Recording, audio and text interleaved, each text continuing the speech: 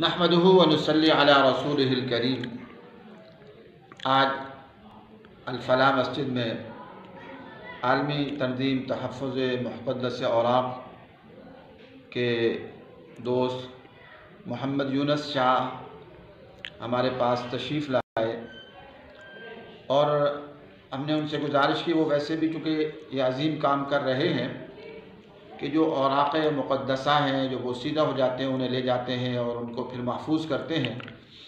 तो उनसे मिलकर बड़ी खुशी हुई कि वो आए और बड़ी हिम्मत के साथ उन्होंने जो वो कुरान मजीद या सिपारे जो बोसीदा हो चुके थे और वो कुरान मजीद जो कमज़ोर थे वो यहाँ से लेके गए और बड़ी हिम्मत के साथ कई घंटे लगे रहे।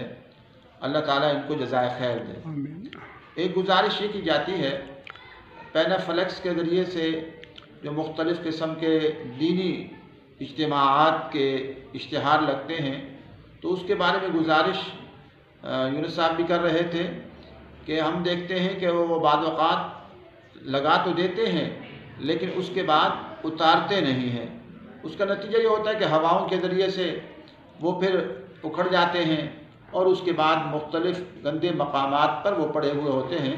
और अल्लाह रब्बुल इज़्ज़त और हुज़ूर सल्लल्लाहु अलैहि वसल्लम और सहाबा इकराम और कुरान और हदीस के जो मुक़द्दस अस्मा हैं या आयात और अहादीस हैं, उनकी तौहीन होती रहती है।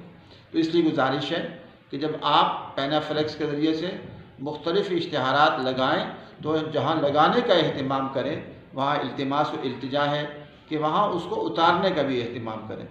अल्लाह तबारक व तआला जज़ाए खैर दे। आलमी तंजीम तहफ़्फ़ुज़ मुक़द्दस औराक़ के जो तंजीम काम कर रही है, अच्छा काम कर रही है, अल्लाह ताला इनको बहुत बहुत जज़ाए खैर नसीब फ़रमाए।